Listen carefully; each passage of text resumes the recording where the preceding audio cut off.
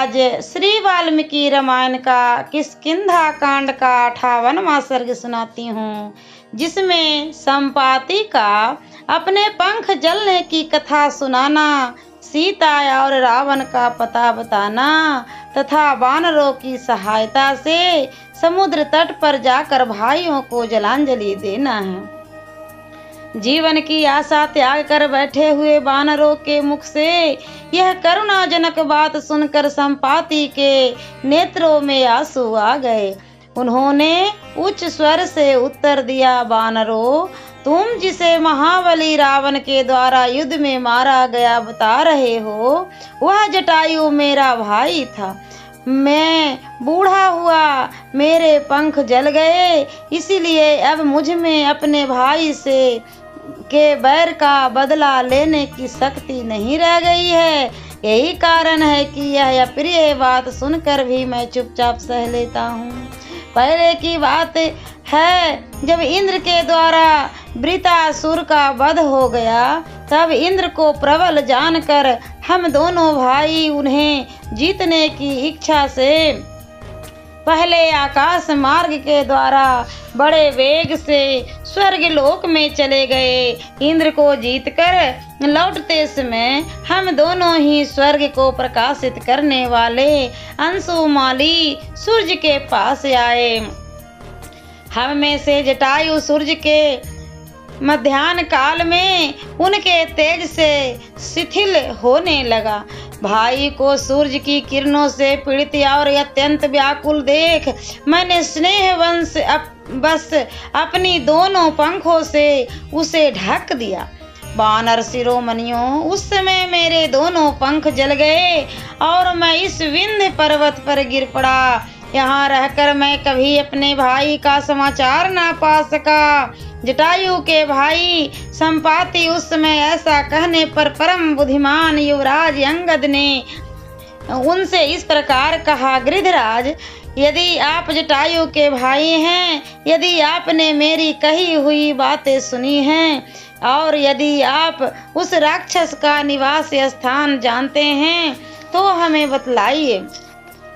वह अदूरदर्शी नीच रावण राक्षस यहाँ से निकट हो या दूर, यदि आप जानते हैं तो हमें उसका पता बता दें।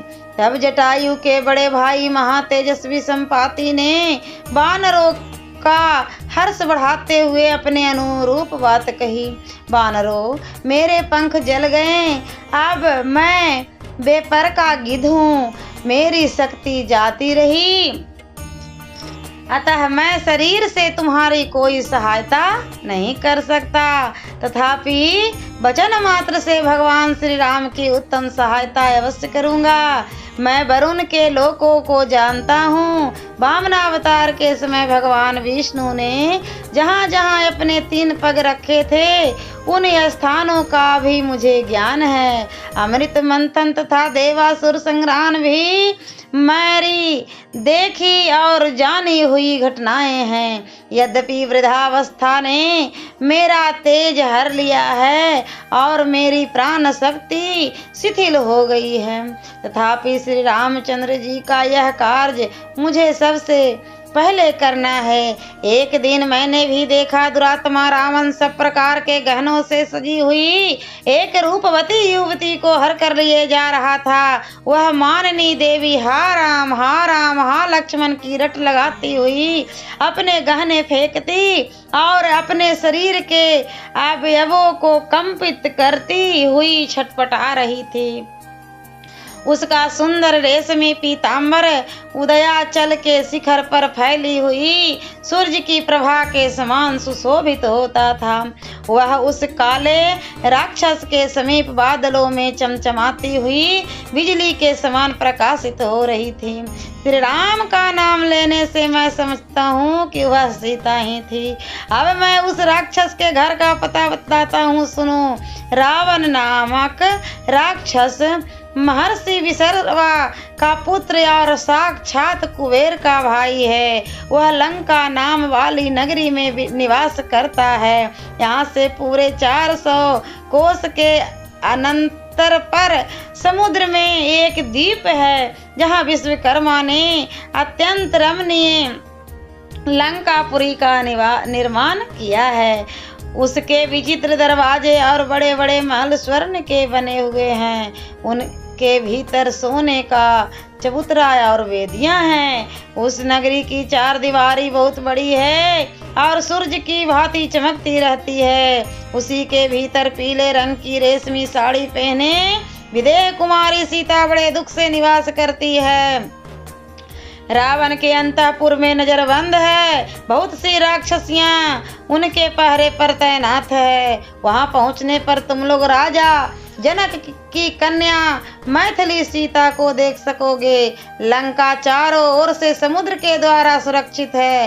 पूरे 100 योजन समुद्र को पार करके उसके दक्षिण तट पर पहुंचने पर तुम लोग रावण को देख सकोगे।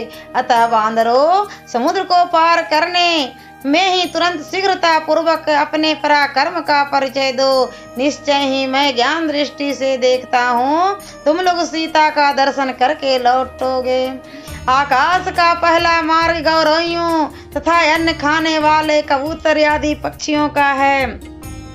उससे ऊपर का दूसरा मार्ग कौओं तथा वृक्षों के फल खाकर रहने वाले दूसरे पक्षियों का है।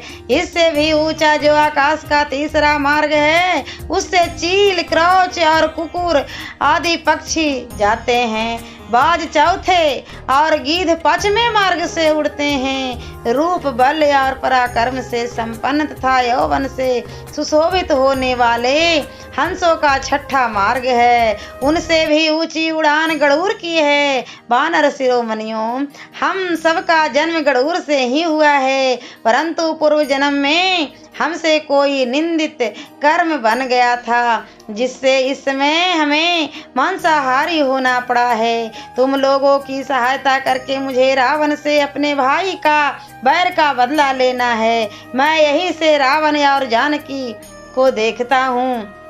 हम लोगों में भी गरुड़ की भांति दूर तक देखने की दिव्य शक्ति है।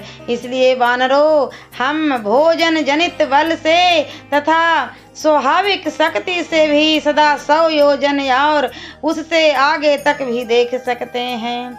जातीय स्वभाव के अनुसार हम लोगों की जीविका वृत्ति दूर से देखे गए दूरस्थ भक्ष्य विशेष के द्वारा नियत की गई है, तथा जो कुकुट आदि पक्षी हैं उनकी जीवन वृत्ति वृक्ष की जड़ तक ही सीमित है। वे वहीं तक उपलब्ध होने वाली वस्तु से जीवन निर्वाह करते हैं। अब तुम इस खारे पानी के समुद्र को लांघने का कोई उपाय सोचो। विदेह कुमारी सीता के पास जा सफल मनोरथ होकर किष्किंधापुरी को लौटोगे। अब मैं तुम्हारी सहायता से समुद्र के किनारे चलना चाहता हूँ। वहाँ अपने स्वर्गवासी भाई महात्मा जटायु को जलांजलि प्रदान करूँगा। यह सुनकर महापराक्रमी वानरों ने जले पंख वाले पक्षी राज संपाति को उठाकर समुद्र के किनारे पहुंचा दिया और जलांजलि देने के पश्चात वे पुनः उनको वहां से उठाकर उनके रहने के स्थान पर ले आए।